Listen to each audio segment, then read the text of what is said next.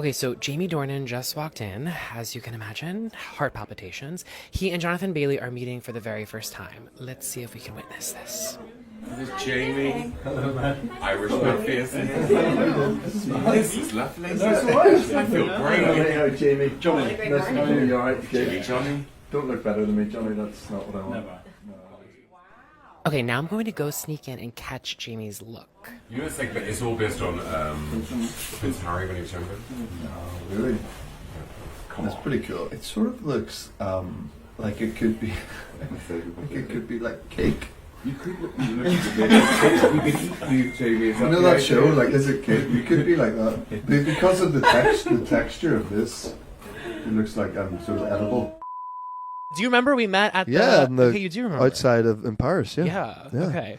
You seem to be in very good spirits today. Do you think? I think so. Am I picking up on something? I like being around these people. I like the Loewe team, and I love seeing Jonathan, and gave me a bit of a lift this morning, you know? Yeah, there was a moment, because I was present during your fitting yesterday, and there was a moment when Jonathan literally walked over. I don't know if you saw this, and he was just clipping flowers off of this little spread on the side table and then putting them on top of a book, just because sort of when Jonathan passes through an area, he just wants to create some beauty. But that's a true creative. I think they're constantly seeing opportunity in every environment they find themselves in, and that's so evident in all the different worlds that he's created within Loewe and outside of Loewe. Mm-hmm.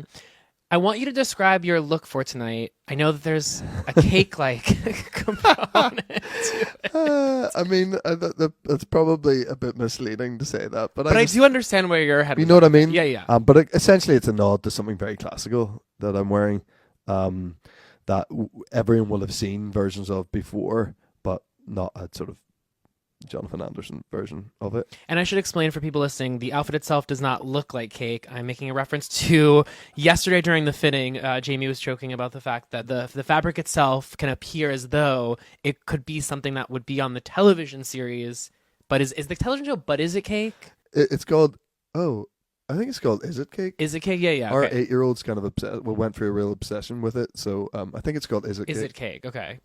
You know, but this might get meta, and like at some point I feel like you might be gifted a cake version of your Met Gala look. Dude, I'd be delighted with that. Yeah, How cool it'd probably would be that be? tasty. That might be a Met Gala first. Mm-hmm.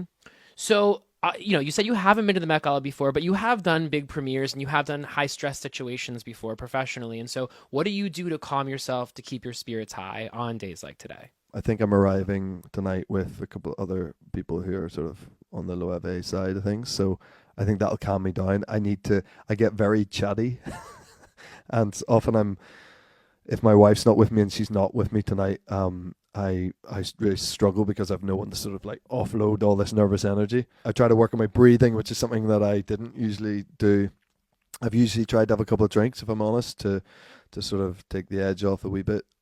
It's a dicey situation getting it right with martinis, but I think if you can do, I think 2 is my. I was gonna say 2. I think 2's perfect, and 3 is maybe too much. I did 2 before a recent interview, and I could feel that threshold where I was like, one more sip, things could go south. It really is as precise as that. Isn't one more sip? I mean, I kind of know with a martini when I'm turning. Yeah, and it can go downhill. My wife has this thing. She always says it's so stupid. Like every time I have a martini, which is often enough, I always take a sip and go, "Oh, geez, that's strong." And my wife will go, "Of course, it's all alcohol. Like it's pure. Of course, it's strong. Yeah. Like why do you always comment? Just a that big it's bowl of strong?" alcohol. I don't know why I'm always like expecting it to be like not as hard hitting. Right. The Met Gala is a quintessentially New York event. Yeah. You are not a New Yorker. No. What is your relationship like with this city? I mean, I used to be here a lot back when I was modeling, so I get a good decade of that from the very early 2000s. So I associate it with being a bit reckless probably in those days, and a bit, like, oh, that's that's for me. This is the real life, babes. This like the is Met it. Gala day of, it's like this. Yeah, It's probably Anna Wintour. she's got a martini ready for you, and she's coming to bring it up. Asking Can if I she send can- it up? Yeah, exactly. I used to have sort of reckless fun. I'm in my 20s nights in New York, and I'm in my 40s, and I've sort of like leveled out. She really wants to get it to you. She just, when she wants it to be cold. Yeah, yeah, You and know. she knows that it's. And she in knows just the a few reaction I'll seconds. have if it's not. And she exact doesn't want to piss you temperature off. That I want. She understands. But I love it. I will always, always, always get the same pure feeling of excitement when I land in the city. How do you look back on those modeling days now with, all the perspective of, the lived experience and then your life as an actor now? I have good thoughts about it, positive thoughts, but also I'm really happy to not be doing it.